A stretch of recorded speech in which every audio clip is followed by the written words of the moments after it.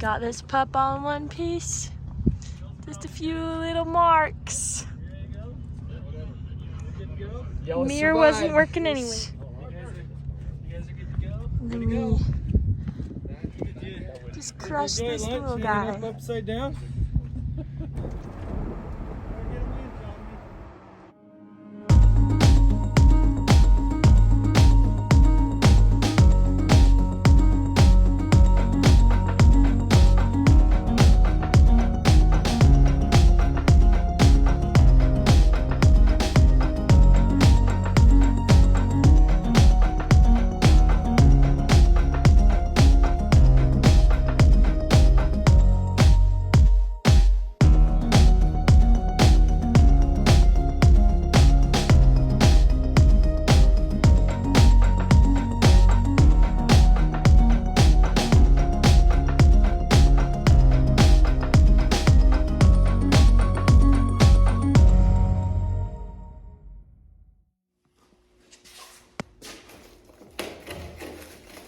Unmasking, it's almost like an unveiling.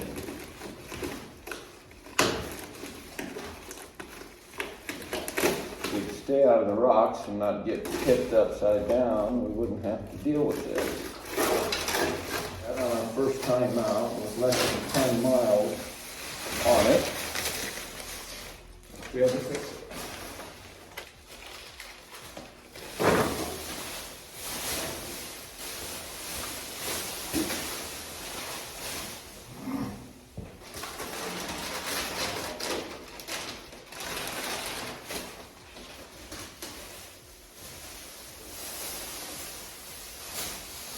Another thing we did was we broke the driver door mirror off when we got too close to a rock.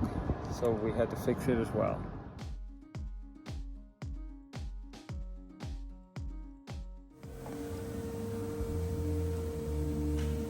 These mirrors break all the time on these JKs. They kind of hang right out there like a sore thumb and say, hit me.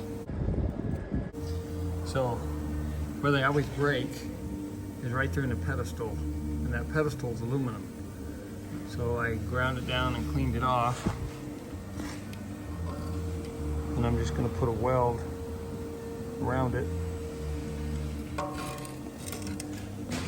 that should hold till it hits a rock the next time.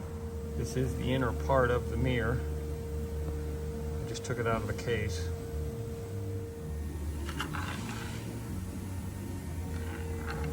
That mirror bolts right into the case. And before you put the mirror itself on, you can get to the bolts. There's 3 bolts inside that case. Once the mirror's on, then you can't get to them. And the mirror presses in and is held on by these clips here. So now I've welded that on all 4 sides of the brake. Looks like it's going to be just fine. I'm going to stuff it back in that mirror case. Put the 3 bolts in. Then put the mirror back in. This should fit right in there and clip right back in. Should have my mirror back. Here's my mirror, put back together. Getting it solid. Should be just as good as it was new.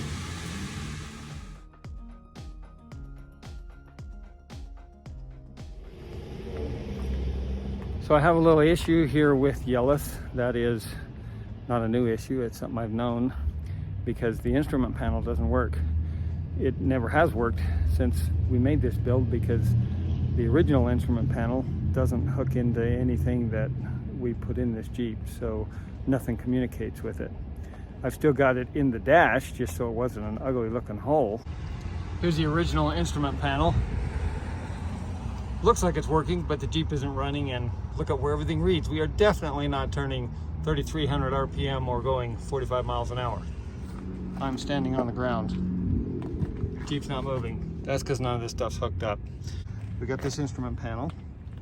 Been waiting on these clusters for about 5 months, and gonna make a way for that to fit into this dash so that it's readable from the driver's seat We don't have a whole lot of space there, but what I'm thinking is to cut out the dash and set it back in there so that it sits back in there an inch or two further than that, and we'll bolt in, and hopefully the steering wheel isn't in the way of being able to see the important parts of that instrument panel, but that's kind of what I'm thinking. Now, I ended up with an extra dash piece like this one so that I can use it to cut out and make that fit, and then it'll be a template for when we cut this one out. So I'm going to trim away on that and see if we can't make that instrument panel fit. So I've cut this section out, and that's got this where it sits up in there. What that'll do is give it a little bit of 3D dimension into that dash, and it will miss the column as the column tilts up. So I think that's gonna work. Now I gotta pull the other one out and trim it just like this one. The other one, I already have my light cluster hooked to it, so I've got signals and headlights right there in that corner, and I don't want to move all that. And this one here is going to give me a pattern, so I'll know where to cut that other. Getting serious now. We're into the instrument panel itself, which that stuff's no good, so we're going to take it out.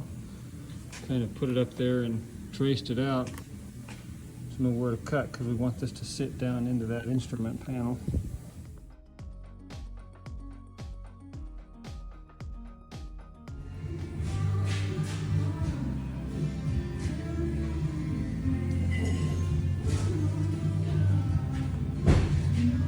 That's a picture of the cut I'm going to make so that I can make a lower diff cover strengthener. So I think we can go ahead and weld that up. That'll give us that protection down there. We really don't need a whole new plate because 80% of that diff's protected by this carrier, but right there on the edge, that was hidden. Here's our piece. It sits on that end of the pumpkin cover.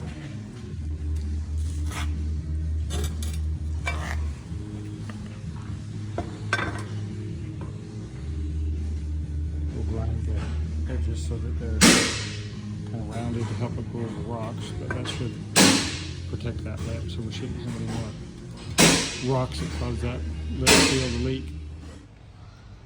Okay, that'll protect the lip. I can get hit pretty good. That's 1/4 inch.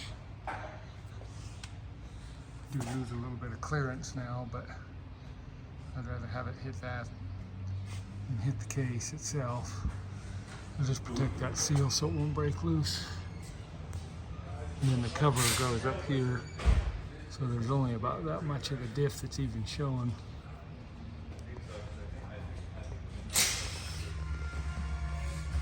Here we are, all back together. When you run a 14 bolt rear axle, it's very common in a rock crawler. They're strong. It's GM's axle, and the parts for a 14 bolt are relatively inexpensive compared to some of the other axles. But when you run it as a rear steer, the 14 bolt was never built as a steering axle, so you have to change some things on it, which creates a few issues. One of the things about running a 14 bolt as a rear is you have to put a knuckle or a C on it that will house a knuckle so it can steer. Normally these just had a plate on them here that you bolted the hub to. But when you have an axle that's a steer shaft going through there, the axle has to have the joint so it can steer. But when it goes in here, there's really nothing in a 14 bolt to seal the oil that sits in here so it doesn't run out the tube and go all the way out and drip out the end of the axle out here. So because this is such a popular axle, the 14 bolt, they've made some seals to prevent that oil from leaking out. This axle was built by Busted Knuckle, and they left the seals out because we instructed them to, so that we could disassemble it for paint.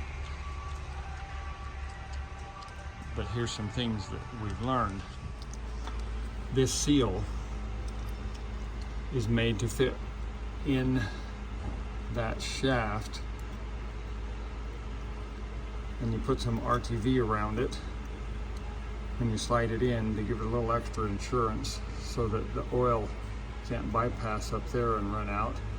And this double rubber seal in here, the axle slides through it into the gears here, and that seals it on the shaft of the axle right out here towards the inside, right by the carrier. Another issue that you have is when they press these tubes in to this housing, sometimes you can get a leak right in here of oil that seeps out. It's not a big deal, other than it'll make a drip on your floor.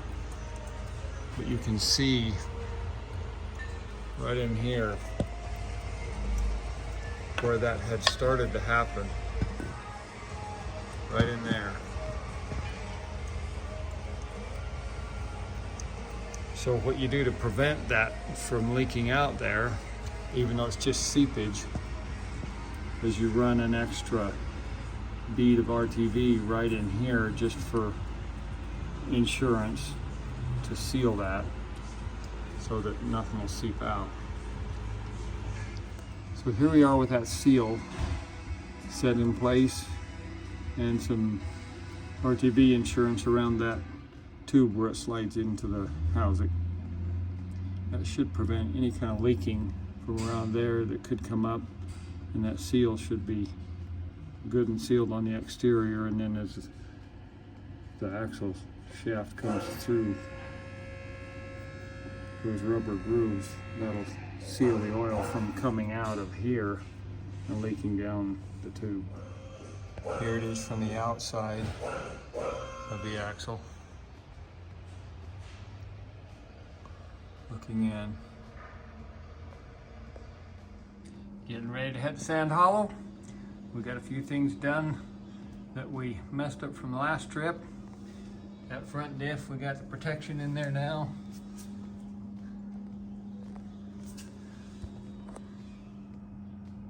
We hit it hard enough, we caused a leak on that pan. Most of that's covered up, so I can put a 3/8 inch thick plate in there, but I really don't need it because it's already protected except for that last little bit hanging down there. But now that's protected. We got the mirror pedestal welded back together and the mirror back on.